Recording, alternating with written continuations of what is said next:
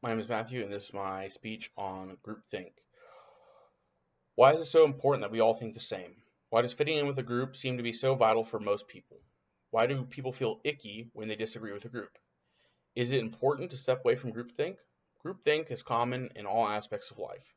You may have different opinions about a certain topic, but when you hear everyone talking about the opposite of that opinion of yours, you may decide not to be vocal about it. Being able to overcome groupthink and speak your opinion, is essential.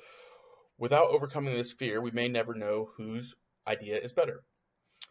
Irving Janis, a PhD from Columbia University, wrote the book on groupthink. This article dives into how the USA failed on the Bay of Pigs invasion. They discovered that groupthink has led to numerous blunders in history. In this speech, I will be discussing how groupthink is a terrible idea and how speaking up, even if it feels awkward, is the correct choice. The first thing we must ask ourselves is simple. Why do we feel more comfortable agreeing with a group? No one enjoys being an outsider or a black sheep. Most people strive to fit in or be a part of something. A definition of groupthink, as supported by Janis, is a mode of thinking people engage in when they are deeply involved in a cohesive group. When members are striving unanimity override their motivation to realistically appraise alternative course of action. When people feel these pressures of separation from a group or team, they disregard critical thinking or personal objections to fit in.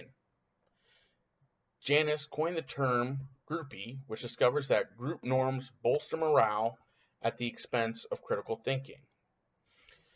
How has group think been used to affect history? Realize it or not, we have all fallen to the groupthink mentality, be in school, sports, or social life. Imagine how easily it would be to fall into groupthink while placed in positions of power. During the Vietnam conflict, President Johnson and his advisors kept using the same tactics. They would attack and destroy areas of the Viet Cong and then leave them unoccupied, and this would allow the Viet Cong come right back into area. No one in that cabinet was speaking up, telling them that, hey, this might be the wrong idea because they all didn't want to be ostracized or looked at as members opposing him. Um, During the preparation for the Bay of Pigs, the CIA was so steadfast in their thought they never questioned that they could go wrong. They believed that Cuba wouldn't put up any resistance.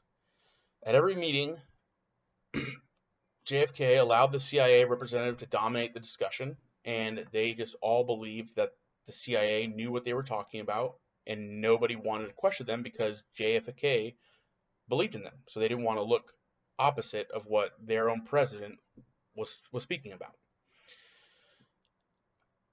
How can people take steps to avoid groupthink? With us knowing now how rampant groupthink is, we must learn how we can take steps to avoid it. All members of the group should participate in critical thinking. Established groups should have different leaders. That way you don't always have the same people in charge, so that way people don't feel intimidated by questioning that one person in charge. They have multiple figureheads that all could have varying difference of opinion. After after discussing groupthink, how it works, and how to avoid it, do you think maybe we are developed to lean into groupthink? As a species, we want to feel included.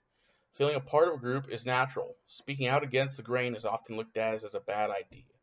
During my limited time in speech, I've concluded that groupthink is the norm in our society.